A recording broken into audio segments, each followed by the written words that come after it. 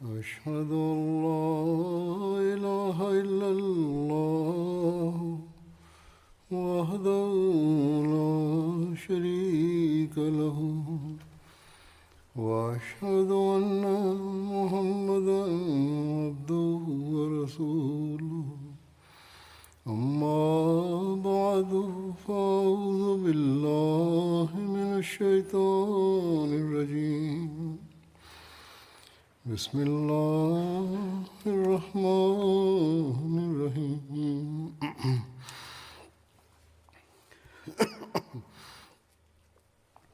الحمد لله رب العالمين الرحمن الرحيم مالك يوم الدين إياك نعبد وإياك نستعين اهدنا الصراط المستقيم صراط الذين أنعمت عليهم غير المغضوب عليهم ولا الضالين.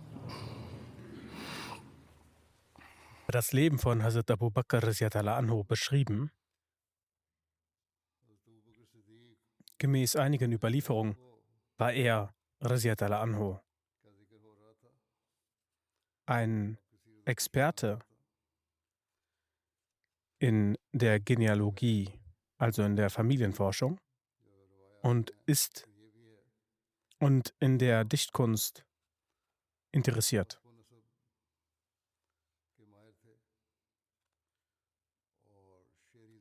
Es wird gesagt, dass von allen Personen Hazrat Abu Bakr radiallahu anhu die Familienstämme der Araber am besten kannte. Jubair bin Mut'im radiallahu anhu, der in der Expertise der Familienforschung außergewöhnlich war, sagt: Ich habe das Wissen der Familienforschung von Hazrat Abu Bakr radiallahu anhu erworben. Er radiallahu anhu kannte den Stammbaum der Quraysh am besten und auch welche guten und schlechten Eigenschaften sich in ihnen befanden.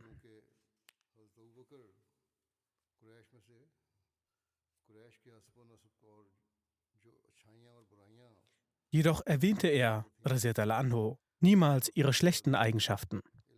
Deshalb war er radiallahu anhu bei den Quraysh geschätzter als Aqil bin Abu Talib radiallahu anhu.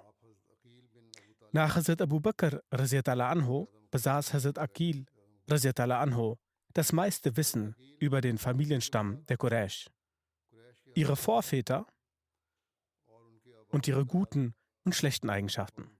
Jedoch war Hazrat Aqil radiallahu anhu den Quraysh unerwünscht, da er ihre schlechten Eigenschaften erwähnte.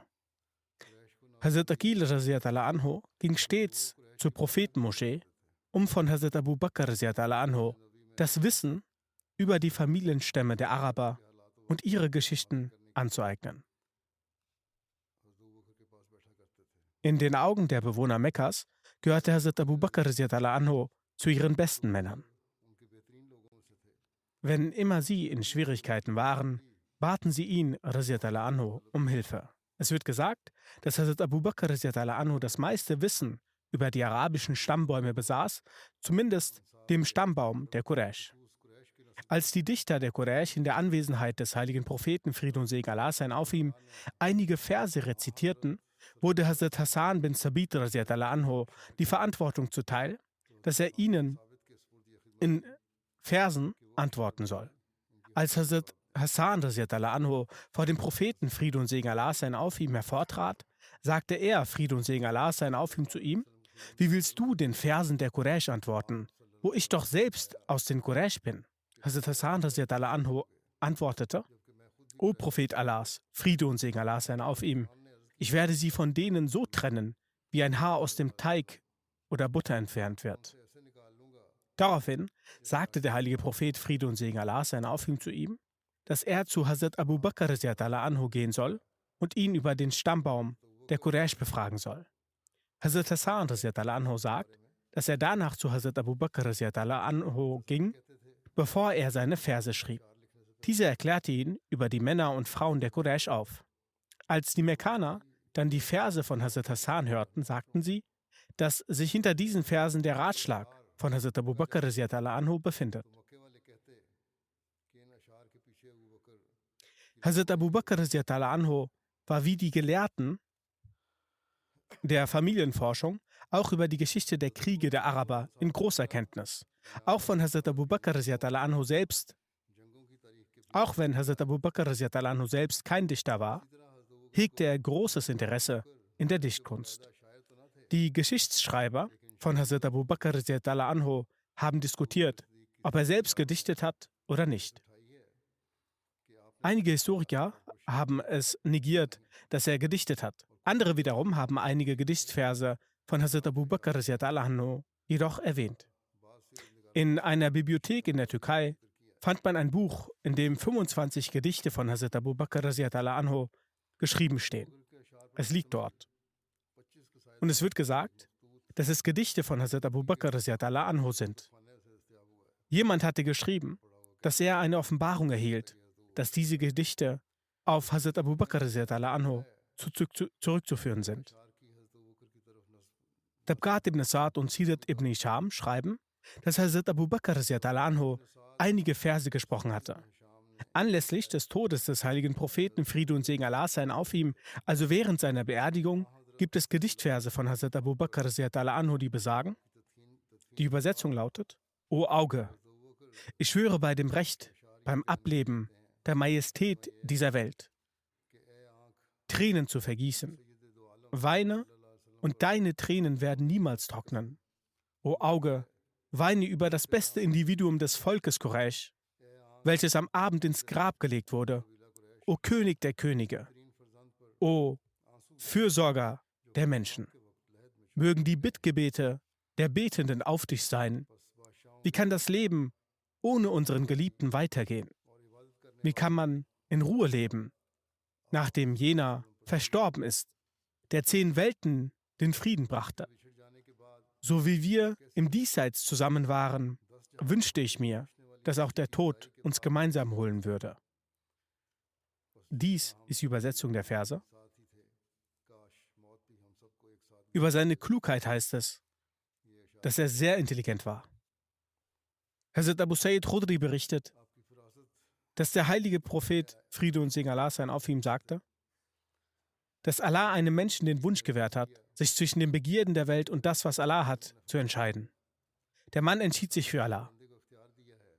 Hazrat Abu Bakr radiallahu anhu fing an zu weinen. Ich fragte mich, welche Sache diesen Mann zum Weinen brachte. Es war der Prophet, Friede und Segen Allah seien auf ihm, dem dieser Wunsch gewährt worden war. Und Hazrat Abu Bakr radiallahu anhu hatte das meiste Wissen unter uns. Der Prophet, Friede und Segen Allah seien auf ihm, sagte: O Abu Bakr, weine nicht. Sicherlich ist es Abu Bakr, der durch sein Dasein und durch sein Vermögen mich unterstützt.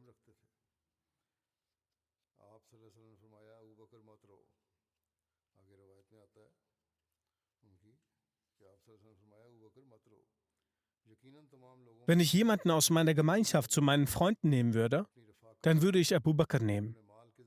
Die Fenster zur Moschee sollen geschlossen werden.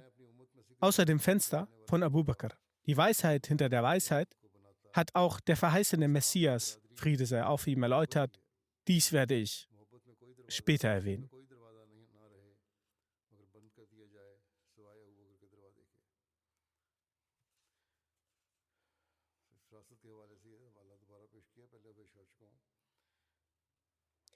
Hazrat Muslim Maud radiallahu anhu schreibt über dieses Ereignis Folgendes: Als die letzten Tage des Propheten, Friede und Segen Allah seien auf ihm, angebrochen waren, stand er, Friede und Segen Allah seien auf ihm, um eine Rede zu halten. Er, Friede und Segen Allah seien auf ihm, sagte zu den Gefährten: O Menschen, es gibt einen Diener Gottes, den Gott ansprach und sagte: O mein Diener, ich gebe dir die Wahl. Bleibe entweder auf der Welt oder komme zu mir. Daraufhin bevorzugte der Mensch die Nähe von Gott. Als der Prophet, Friede und Segen Allah seien auf ihm, das sagte, fing Hazrat Abu Bakr radiallahu anhu an zu weinen.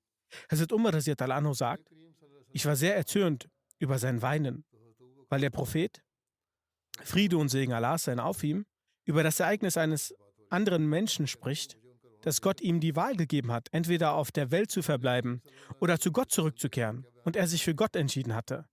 Warum weint dieser alte Mann? Hazrat Abu Bakr radiallahu anhu weinte so sehr, dass ein Halt nicht in Sicht war. Schließlich sagte der Prophet, Friede und Segen Allahs seien auf ihm: Ich liebe Abu Bakr so sehr, dass, wenn es erlaubt wäre, außer Allah jemanden als Freund zu nehmen, so würde ich Abu Bakr als Freund nehmen.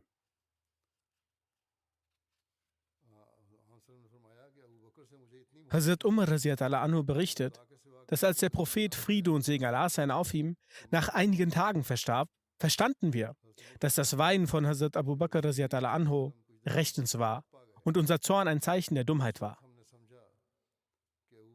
Der verheißene Messias, Friede sei auf ihm, sagt, dass Hazrat Abu Bakr radiallahu anhu ein solches Verständnis über den Koran hatte, dass, als der Vers offenbart wurde: Heute habe ich eure Glaubenslehre für euch vollendet und meine Gnade an euch erfüllt, Hazrat Abu Bakr radiallahu anhu begann zu weinen.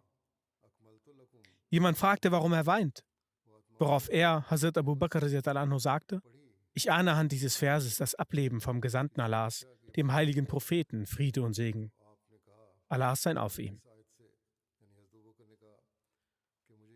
Der verheißene Messias, Friede sei auf ihm, sagt: Die Propheten, Friede sei auf ihnen, haben die Stellung eines Befehlshabers.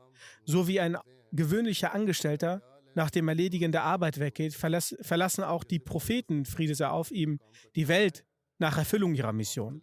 So hatte Hazrat Abu Bakr radiallahu anhu verstanden, als er: Heute habe ich eure Glaubenslehre vollendet hörte, dass dies der letzte Ruf ist.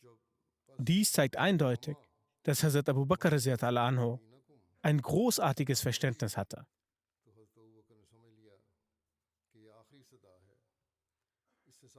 Und so wie es in den Ahadith heißt, dass alle Fenster in Richtung der Moschee geschlossen werden sollen, außer das Fenster von Abu Bakr wird in Richtung der Moschee offen bleiben. Der verheißene Messias erklärt, Friede sei auf ihm, hat erklärt, was hier mit Fenster gemeint ist. Hierin steckt eben das Geheimnis, dass, da die Moschee die Manifestation der Geheimnisse Gottes ist, deswegen diese Tür in Richtung von Hazrat Abu Bakr Siddiq radiallahu anhu nicht verschlossen ist. Die Geheimnisse und tiefen Weisheiten Gottes werden für Hazrat Abu Bakr radiallahu anhu stets offen bleiben und sich stets weiter öffnen. Die Propheten, Friede sei auf ihnen, machen Gebrauch von Metaphern und Gleichnissen. Wer wie die trockenen Mullahs behauptet, dass alles wortwörtlich zu verstehen ist, der begeht einen großen Fehler. Zum Beispiel Hazrat Abraham, Friede sei auf ihm, als er zu seinem Sohn sagte, dass er die Türschwelle ändern soll, oder das Sehen vom heiligen Propheten, Friede und Segen Allahs seien auf ihm, der goldenen Armreifen oder Angelegenheiten, wie diese waren nicht auf das Äußerliche zu beurteilen, sondern waren Metaphern und Gleichnisse. In ihnen war eine Wahrheit. Der verheißene Messias, Friede sei auf ihm, sagt: Es war die Absicht des Hazrat Abu Bakr radiallahu anhu, das meiste Verständnis des heiligen Koran gegeben wurde. Aus diesem Grund hat Hazrat Abu Bakr radiallahu anhu daraus gefolgert. Er sagt: Es ist mein Glaube, dass auch wenn diese Bedeutungen entgegengesetzt wären, würde Gottesfurcht voraussetzen, dass man auf Hazrat Abu Bakr radiallahu anhu hört, sprich die Leute. Aber hier ist nicht einmal ein Wort im heiligen Koran, welches den Bedeutungen von Hazrat Abu Bakr radiallahu anhu entgegengesetzt ist. Er sagt weiter: Fragt die Maulvis, ob Hazrat Abu Bakr radiallahu anhu einer mit Weisheit war oder nicht. War es nicht Hazrat Abu Bakr radiallahu anhu, welcher Siddiq genannt wurde? War er nicht jene Person, die als erster der Khalif des Gesandten Allahs, Friede und Segen Allahs seien auf ihm wurde, der dem Islam großen Dienst erwiesen hat, der die Seuche des Schreckens der Abtrünnigen gestoppt hatte? Weiter sagt er: Außer diesen noch anderen Dinge, sag mir, wieso musste Hazrat Abu Bakr radiallahu anhu auf die Kanzlei steigen? dann sagt mit Gottesfurcht, dass als er den Vers gesprochen hat, war es dann eine gänzliche Schlussfolgerung oder eine unvollkommene, dass ein Kind sagen konnte, dass derjenige, der Jesus, Friede sei auf ihm, für tot ansieht, ein Ungläubiger ist. Die Absicht hinter der Rezitation dieses Verses war es, dass ein deutliches und ein direktes Argument gegeben wird, nicht ein unvollkommenes. Dann hat zu einem anderen Anlass der verheißene Messias, Friede sei auf ihm, diese Sache erläuternd gesagt. Der Vers enthält zwei Aspekte. Zum einen, dass er eure Läuterung vollendet hat und zweitens das Buch vollendet hat. Man sagt, dass als dieser Vers offenbart wurde, Hazrat Abu Bakr radhiyallahu anhu anfing zu weinen. Jemand sagte, alter Mann, wieso weinst du? Er, radhiyallahu anhu, antwortete, aus diesem Vers riecht man den Geruch des Todes des heiligen Propheten, Friede und Segen Allah sein auf ihm, weil es eine festgelegte Sache ist, dass wenn eine Sache vollendet ist, dann weist die Vollendung auf den Tod hin. So wie die Angelegenheiten auf der Welt funktionieren und wenn die Angelegenheit zu Ende geht, dann verlässt der Ausführende diesen Ort. Als der heilige Prophet Muhammad, Friede und Segen Allah sein auf ihm, die Begebenheit von Hazrat Abu Bakr radhiyallahu anhu hörte, sagte er, Friede und Segen Allah sein auf ihm, der mit dem meisten Begebenheit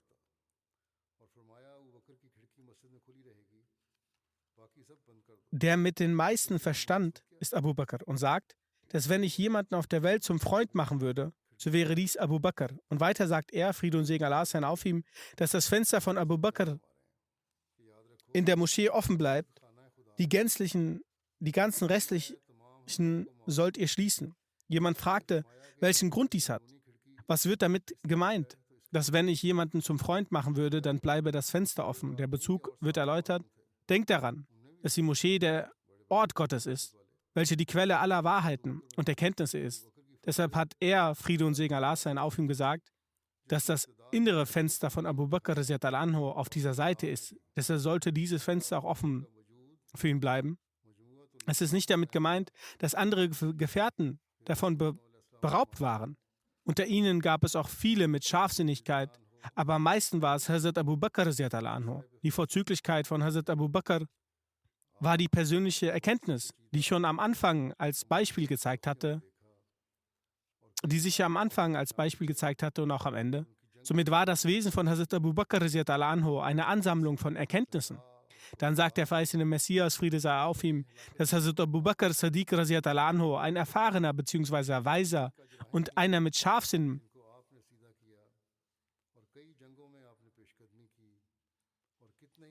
war. Er hat viele unangenehme Angelegenheiten und ihre Schwierigkeiten gesehen und war beteiligt an vielen Kämpfen. Er hat ihre kriegerischen Taktiken beobachtet.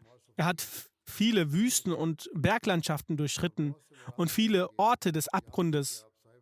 Und wie viele Orte des Abgrunds es waren, in denen er ohne Befürchtung eingedrungen ist. Wie viele krumme bzw. fehlerhafte Wege es waren, die er gerade gemacht hat. Und in wie vielen Kriegen ist er als Erster nach vorne getreten. Wie viele Auseinandersetzungen es waren, die er zerstört hat, und wie viele Transportmittel es waren, die er auf Reisen dürr gemacht hat. Das heißt, dass er unzählige Reisen unternommen hat, dass selbst die Transportmittel erschöpft waren. Zahlreiche Stufen ist er durchgangen, sodass er zu einem Erfahrenen und einem mit Erkenntnissen wurde. Er war einer, der sich bei Schwierigkeiten geduldig zeigte und er war stets opferwillig. Schließlich hat Allah ihn für seine Zeichen, ihn als Freund des Propheten Muhammad, Friede und Segen Allah sein auf ihm, auserwählt und wegen seiner Wahrhaftigkeit und Standhaftigkeit hat er ihn gelobt. Dies war eine Andeutung auf die Tatsache, dass er vom Propheten Muhammad, Friede und Segen Allah sein auf ihm, am meisten geliebt wurde. Er wurde mit der Gabe der Eigenständigkeit erschaffen und Treue war seine Gewohnheit. Deswegen wurde er in einer Zeit ausgewählt, die geprägt war von furchteinflößenden, wichtigen Angelegenheiten. Allah ist allwissend und allweise.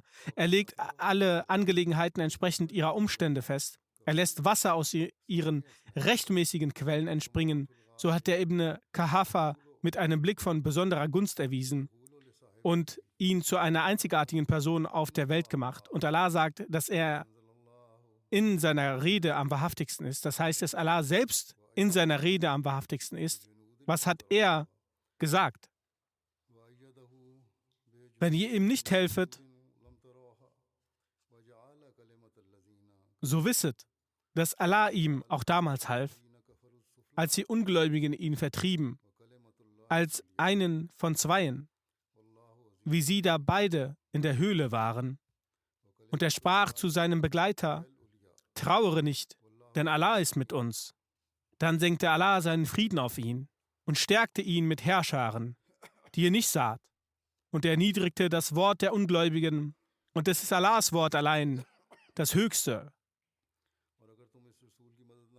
Und Allah ist allmächtig, allweise.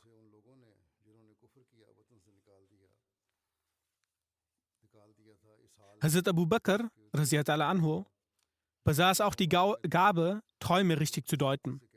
Es steht geschrieben, dass Hazrat Abu Bakr Sadiq im Ilmul Dabir, Wissenschaft der Traumdeutung, sehr begabt war. Er war in der Wissenschaft der Traumdeutung allen anderen überlegen, soweit, dass er sogar in der Zeit des heiligen Propheten, Friede und Segen seien auf ihm, Träume deutete. Imam Muhammad ibn Sirin sagt, nach dem Ableben des heiligen Propheten, Friede und Segen Allah seien auf ihm, war Hazrat Abu Bakr Sadiq radiallahu anhu der größte Traumdeuter. Einige Traumdeutungen von Hazrat Abu Bakr Sadiq radiallahu anhu werden nun im Folgenden erwähnt. Hazrat Ibn Abbas überliefert, auf der Rückreise von Uhud kam eine Person zum heiligen Propheten, Friede und Segen Allah seien auf ihm, und sagte: O Prophet Gottes, ich sah in einem Traum eine Wolke, aus der Ghee und Honig herabträufelten, und ich sah, dass die Menschen es mit ihren Händen auffingen. Einige Menschen nahmen mehr davon und einige weniger. Ich habe ein Seil gesehen, das zum Himmel reichte. Ich sah, dass sie, der heilige Prophet, Friede und Segen Allah seien auf ihm, dieses Seil griffen und hinaufstiegen. Danach griff eine andere Person nach diesem Seil und stieg auch hinauf. Danach griff eine weitere Person nach diesem Seil und sie stieg hinauf. Dann griff eine weitere Person nach diesem Seil, aber das Seil riss, worauf es für ihn geflickt wurde. Und dann stieg auch sie mit demselben Seil hinauf. Hazrat Abu Bakr radiallahu anhu bat den heiligen Propheten, Friede und Segen Allah seien auf ihm: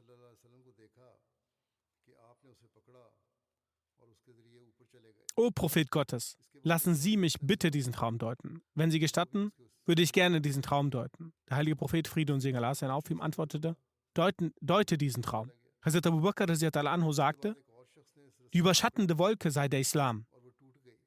Seine Süße und Zartheit und das Ghee und der Honig, die den Menschen auffangen, damit sind die Menschen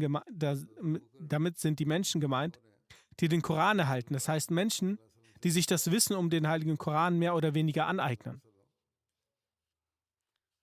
Das Seil, das in den Himmel reichte, stellt die Wahrheit dar, auf der sich der heilige Prophet, Friede und Segen Allah seien auf ihm, stützten. Sie, der heilige Prophet, Friede und Segen Allah seien auf ihm, haben es gegriffen und sind emporgehoben worden. Nach ihnen wird dieses Seil eine weitere Person erhalten und dadurch emporgehoben werden. Dann wird noch eine Person dadurch emporgehoben werden. Und danach noch eine Person. Und das Seil wird reißen. Dann wird das Seil für sie geflickt und die Person wird durch dieses Seil emporgehoben werden. Der heilige Prophet, Friede und Segen Allah seien, sagt daraufhin: Du hast einiges richtig gesagt und in einigen Punkten lagst du falsch. Als Hazrat Abu Bakr sagte: O Gesandter Allahs, ich beschwöre Sie, lassen Sie mich auf jeden Fall wissen, wo ich richtig lag und was ich nicht richtig erklärt habe. Der Prophet, Friede und Segen Allah seien auf ihm, sagte: Abu Bakr, bitte binde mich nicht an einen Schwur. Gemeint ist, dass er nicht wollte, dass die richtige Deutung, welche klar und eindeutig ist, zu dem Zeitpunkt offengelegt wird. Deshalb hat er gesagt: Binde mich nicht an einen Schwur, es ist in Ordnung. Der Grad deiner Deutung reicht schon aus. Von Ibn Sahab ist überliefert, dass der heilige Prophet, Friede und Segen Allah sein auf ihm, einen Traum hatte. Diesen Traum von Hazrat Abu Bakr schildernd sagt er, Friede und Segen Allah sein auf ihm, ich sah im Traum, als ob du und ich auf eine Stufe gestiegen waren und ich dir dann um 2,5 Treppchen vorausgegangen bin. Er sagte dazu, so ist's gut, o Gesandter Allahs, Friede sei auf ihm. Allah wird sie bis zu dem Zeitpunkt am Leben halten, bis sie mit ihren Augen jene Sachen sehen werden, die sie glücklich macht, die sie erfreuen wird. Das, was ihre Augen erfreuen und ein Augentrost für sie sein wird. Er, Friede und Segen Allah sein auf ihm, wiederholte genau dies 3-mal vor ihm. Beim 3. Mal sagte er, O Abu Bakr, ich sah einen Traum. Es war so, als ob wir auf eine Stufe stiegen. Ich ging dir 2,5 Treppen voraus. Er sagte, O Gesandter Allahs, Friede und Segen Allah sein auf ihm, Allah wird sie gegen seine Gnade emporheben und sie darin einzuhüllen, und ich werde nach ihrem Ableben 2,5 Jahre am Leben bleiben. Hazrat Abu Bakr hat dies so erläutert und genauso geschah es. Die geehrte Frau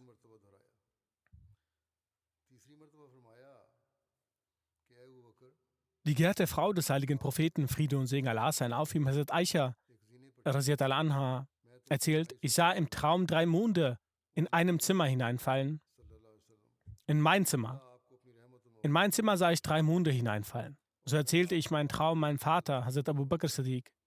Als der heilige Prophet, Friede und Segen Allah sein auf ihm, verstarb und seine Beerdigung in dem Gemach von Hazrat Aisha erfolgte, sagte Hazrat Abu Bakr zu ihr, dies ist einer deiner Monde und dies ist der beste von ihnen.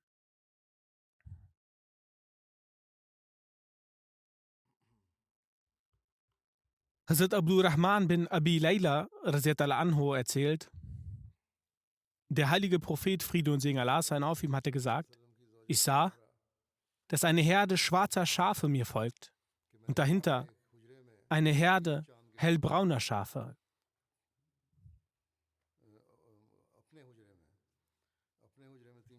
Hieraufhin sagte Hazrat Abu Bakr Radhiyallahu anhu, O Gesandter Allahs, Friede und Segen Allah sein auf ihm, die Araber werden ihnen folgen und dann die Nicht-Araber, diesen Arabern. Der Gesandte Allahs, Friede und Segen Allah sein auf ihm, sagte, der Engel hat die gleiche Interpretation geäußert. So viel zu den Träumen. Jetzt geht es darum, wer unter den Männern als erster Muslim wurde. Hierüber ist es in der Tat so, dass Hazrat Abu Bakr erwähnt wird. Hazrat Amr bin Yasir pflegte zu sagen, ich habe den Gesandten Allahs, Friede und Segen Allah sein auf ihm, in jener anfänglichsten Zeit erleben können, als an seiner Friede und Segen Allah sein auf ihm Seite lediglich 5 Sklaven, 2 Frauen und Hazrat Abu Bakr waren. Hazrat Mirza Bashir Ahmad Sahib Radhiyallahu anhu hat in seinem Werk Sirat Khatamun Nabiyyin einen detaillierten Kommentar geschrieben, worin er erörtert, wer als allererstes an den heiligen Propheten, Friede und Segen Allah sein auf ihm, geglaubt hat. So schreibt er, als der heilige Prophet, Friede und Segen Allah sein auf ihm, mit der Verkündigung seiner Mission begonnen hat, war Hazrat Khadija die allererste, die an ihn glaubte und nicht einen Moment gezaudert hatte.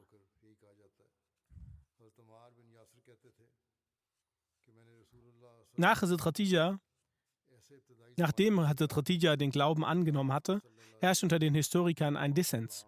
Einige nannten den Namen von Hazrat Abu Bakr, Abdullah bin Kahafa und einige den Namen von Hazrat Ali, welcher zu dem Zeitpunkt 10 Jahre alt war, und einige nannten den freigelassenen Sklaven vom heiligen Propheten, Friede und Segen Allah sein auf ihm, Hazrat Zaid bin Harissa.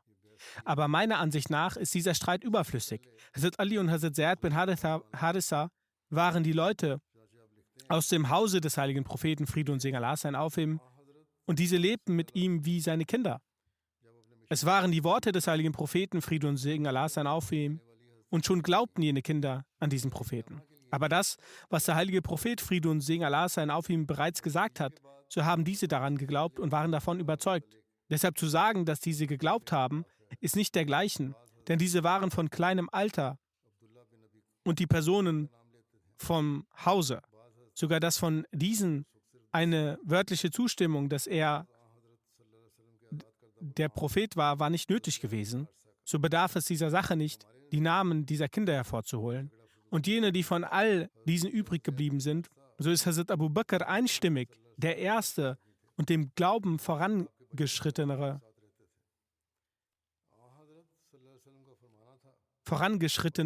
gewesen. Wegen seiner Friedfertigkeit und Fähigkeit war er unter den Quraysh sehr geehrt und respektabel. Und im Islam hat er jenen Rang erlangt, welchen kein anderer Gefährte erlangt hat. Hazrat Abu Bakr hat nicht einmal für einen Moment am Anspruch des heiligen Propheten, Friede und Segen Allah sein auf ihm gezweifelt, sondern er hörte es und akzeptierte es sofort. Er hat seine gesamte Aufmerksamkeit und sein Leben und Reichtum für den vom heiligen Propheten, Friede und Segen Allah sein auf ihm gebrachten Glauben hingegeben. Der heilige Prophet, Friede und Segen Allah sein auf ihm, schätzte Abu Bakr von seinen Gefährten mehr.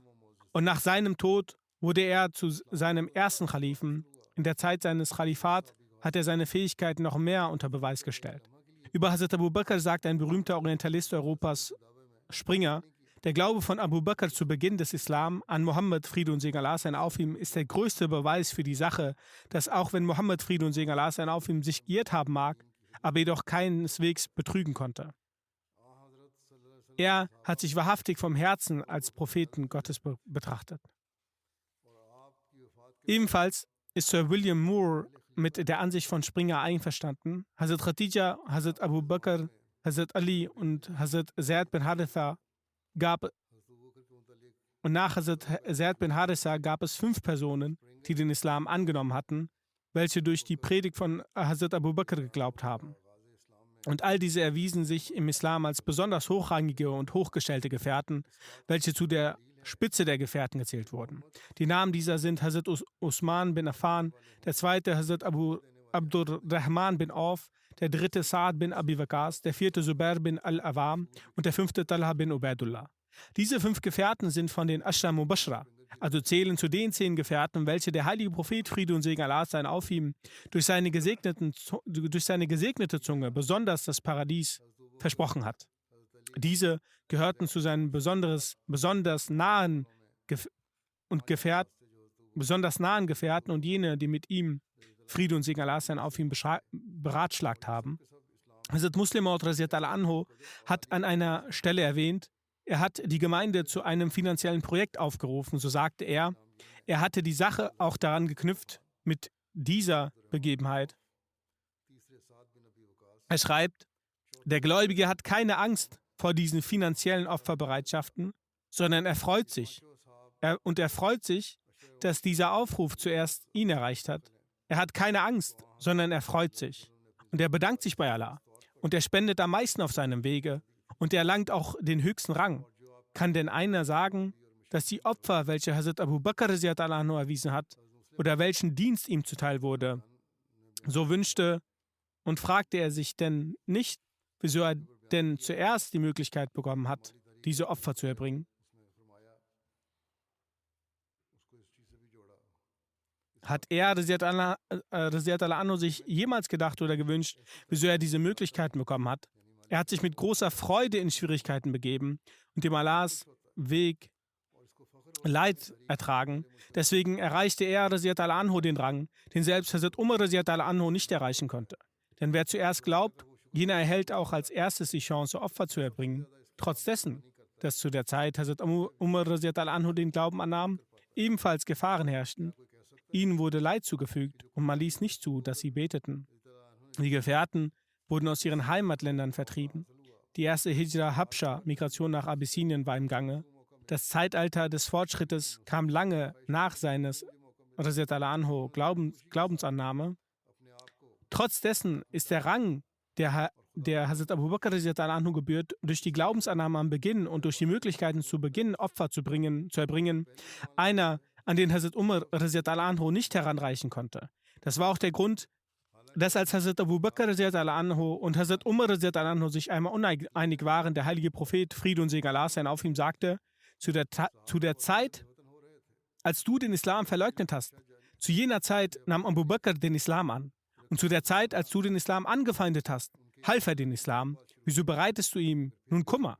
Also sein radhiyallahu anhu Glaube zu Beginn und sein Opfer, die er erbracht hat, wurden vom heiligen Propheten, Friede und Segen Allah sein auf ihm, zum Ausdruck gebracht, obwohl Hazrat Umar auch Leid ertrug und auch Opfer erbrachte. Hazrat Abu Bakr radiallahu anhu wurde all diese Ehren zuteil. Kann jemand sagen, dass Hazrat Abu Bakr radiallahu anhu sich gewünscht hätte, dass er bei dem Sieg über Mekka die Möglichkeit gehabt hätte, den Islam anzunehmen? Selbst wenn die Herrschaft der Welt ihm radiallahu anhu vorgelegt worden wäre, würde er dies als einen minderwertigen Ausgleich ansehen und es nicht annehmen. In so einem Fall würde er sich nicht einmal den Aufwand machen, die Weltherrschaft mit den Füßen zu treten. Folglich war dies der Lohn seiner Opfer und so belohnt Allah der Allmächtige von Rang zu Rang. Über die Befreiung der Sklaven steht geschrieben, Hazrat Umar radiallahu anhu pflegte zu sagen, Abu Bakr ist unser Anführer und er hat unseren Anführer befreit. Hiermit meint er Hazrat Bilal radiallahu anhu. Hazrat Abu Bakr Siddiq radiallahu anhu hat zu Beginn des Islams mit seinem Geld 7 Sklaven befreit, denen aufgrund ihres Glaubens an Allah Leid zugefügt wurde. Die Namen jener Sklaven sind folgende: Hazrat Bilal radiallahu anhu, Amr bin Fahira radiallahu anhu, Zinera radiallahu anhu, Nahida und ihre Tochter radiallahu anha, Nahida radiallahu anha und ihre Tochter Bani Mumal radiallahu anha und eine Sklavin und Uwais. Selbst die Feinde waren von der Güte und hohen Sittlichkeit Hazrat Abu Bakrs radiallahu anhu überzeugt. Hazrat Muslim Maud radiallahu anhu legt dar, ein Mensch wie Abu Bakr, unter dessen Gefälligkeiten das ganze Mekka stand. Er gab alles, was er verdiente, aus, um Sklaven zu befreien. Er wollte eines Tages Mekka verlassen. Als er einen Stammesführer traf, dieser fragte, wohin gehst du, Abu Bakr? Wohin gehst du, Abu Bakr? Er, Friede und radiallahu anhu, antwortete, in dieser Stadt gibt es für mich keinen Frieden mehr. Ich gehe woanders hin. Der Stammesführer sagte, wenn ein frommer Mensch wie du die Stadt verlässt, dann ist sie ruiniert. Ich biete dir Schutz, verlasse diese Stadt nicht. Er kam unter dem Schutz des Stammesführers zurück. Als er morgens aufwachte und den Koran rezitierte, lauschten Frauen und Kinder an den Wänden und hörten den Koran. Denn seine Stimme war voller Zärtlichkeit, Tiefe und Schmerz. Da der Koran auf Arabisch war, verstanden alle Frauen, Männer und Kinder seine Bedeutung. Jene, die ihn hörten, waren davon beeinflusst. Als sich diese Nachricht verbreitete, waren die Menschen Mekkas empört, dass so die Leute den Glauben verlieren würden. Schlussendlich gingen sie zu dem Stammesführer und fragten, wieso nahmst du ihn in deine Obhut? Der Stammesführer sagte ihm, rezitieren Sie den Koran nicht auf diese Art. Die Menschen Mekkas werden deshalb wütend. Hazrat Abu Bakr sagte, dann widerrufe ich deinen Schutz. Ich kann davon nicht abgehalten werden. Also nahm der Stammesführer seinen Schutz zurück. Welch ein bemerkenswerter Beweis seiner Gottesehrfurcht und Reinheit ist es, dass dieselben Menschen, die den heiligen Propheten, Friede und Segen Allah sein, auf ihm anfeindeten und ihn, Friede und Segen Allah sein, auf ihm beleidigten, von Abu Bakrs radiallahu anhu Reinheit so überzeugt waren, dass der Stammesführer sagte, dass seine Abreise der Ruin der Stadt sein würde. Über seine radiallahu anhu Rolle als Vorbereiter heißt es, dass zu den wenigen Leuten, die während der Abwesenheit des heiligen Propheten, Friede und Segen Allah sein, auf ihm die Glückseligkeit hatten, das Gebet in der Masjid al-Nabawi, also in der Prophetenmoschee anzuleiten, auch Abu Bakr radiallahu anhu gehört. Und eine weitere Glückseligkeit Hazrat Abu Bakr radiallahu anhu besteht darin, dass er insbesondere in den letzten Tagen den Propheten, Friede und Segen Allah sein, auf ihm gemäß den Anweisungen des heiligen Propheten, Friede und Segen Allah sein, auf ihm diese Gelegenheit erhielt.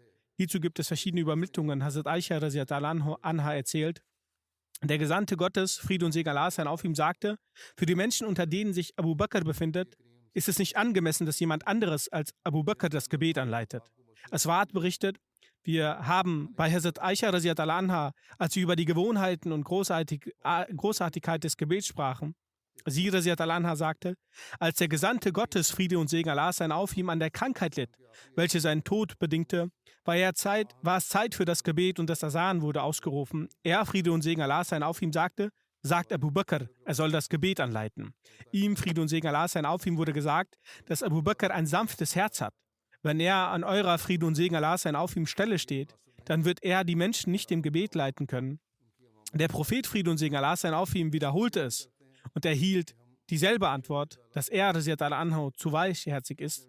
Der Prophet, Friede und Segen Allah sein, auf ihm sprach ein drittes Mal und sagte, du bist wie von Yusufs, das heißt, du redest wie sie. Sage Abu Bakr, dass er die Menschen im Gebet leiten soll. Dann erst ging Hazrat Abu Bakr radiallahu anhu los, um das Gebet anzuleiten. Als der heilige Prophet, Friede und Segen Allah sein auf ihm, etwas Besserung seines Zustandes bemerkte, ging er, Friede und Segen Allah sein auf ihm, raus. Dabei stützte er sich zwischen zwei Personen ab.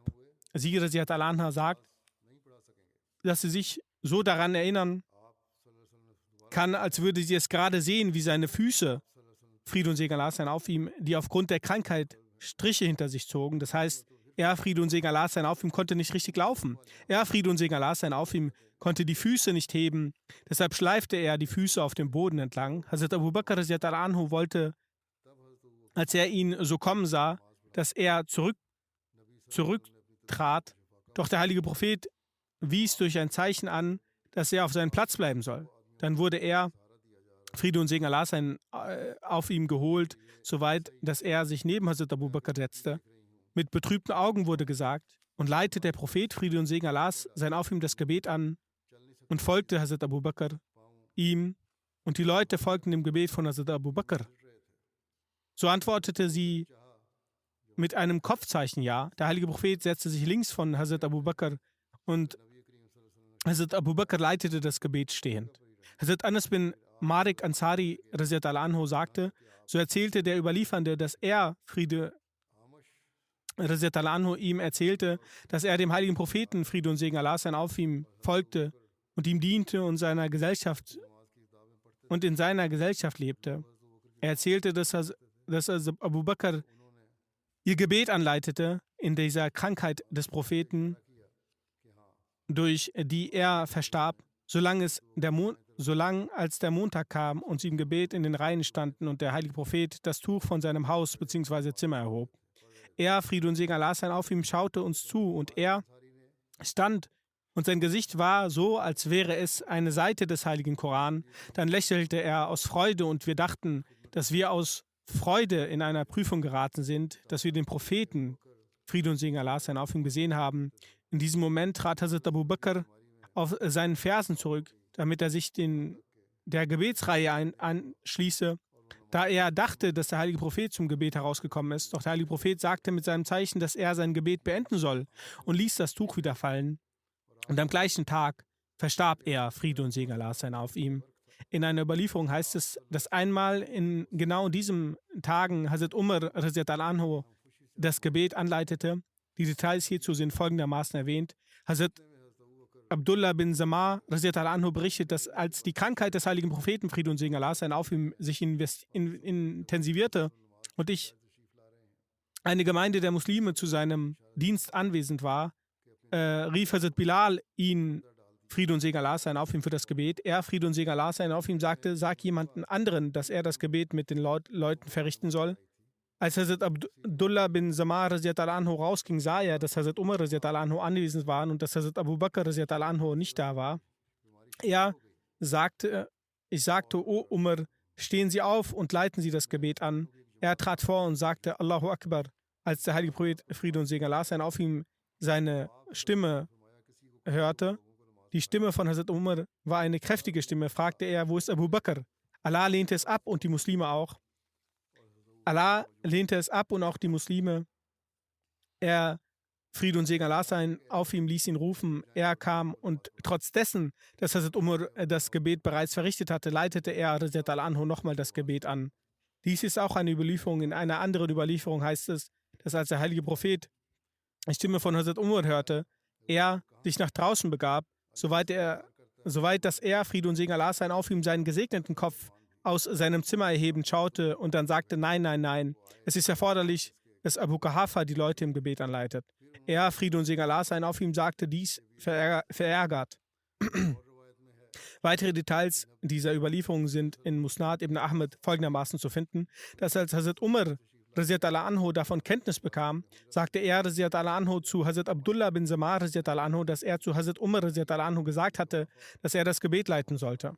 Ich dachte, dass dir der heilige Prophet, Friede und Segen Allah sein, auf ihm gesagt hatte, dass ich das Gebet anleiten soll. Sonst hätte ich niemals das Gebet geleitet. Daraufhin sagt Hazrat Abdullah bin Samar, nein, als ich sah, dass Hazrat Abu Bakr nicht zu sehen ist, so dachte ich selbst, dass Sie als nächstes dessen würdig sind, das Gebet zu leiten.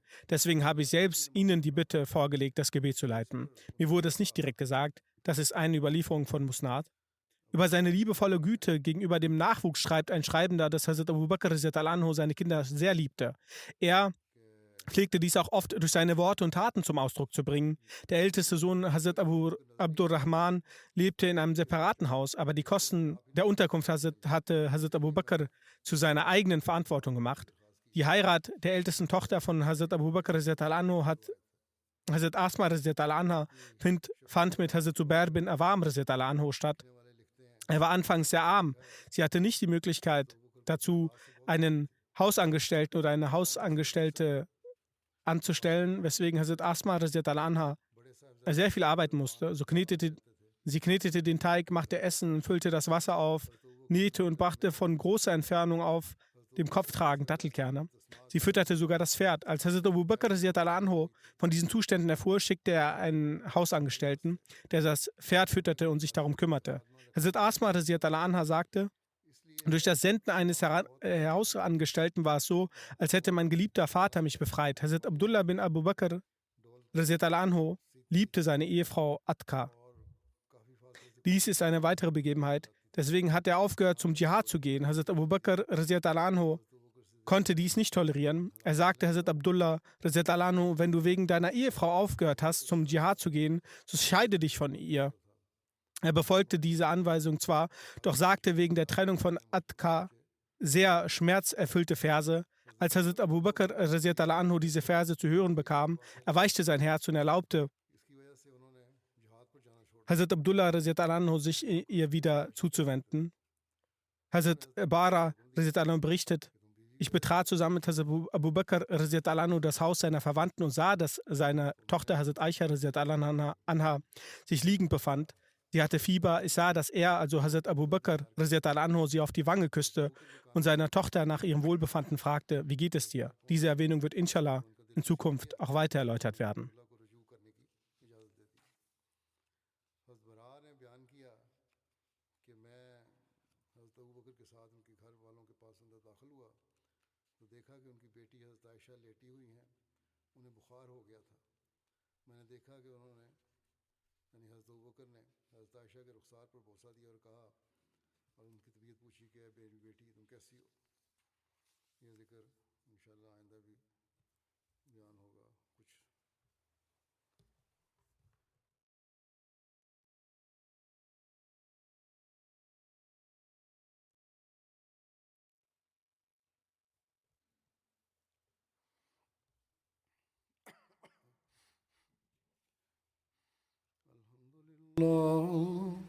الحمد لله نحمده ونستعينه ونستغفره ونؤمن به ونتوكل عليه ونعوذ بالله من شرور أنفسنا ومن سيئات أعمالنا من يهده الله فلا مضل له ومن يضلل فلا هادي له ونشهد أن لا إله إلا الله ونشهد أن محمدا عبده ورسوله عباد الله رحمكم الله إن الله يأمر بالعدل والإحسان وإيتاء ذي القربى وينهى عن الفحشاء والمنكر والبغي يعظكم لعلكم تذكرون اذكروا الله يذكركم وادعوه يستجب لكم ولذكر الله أكبر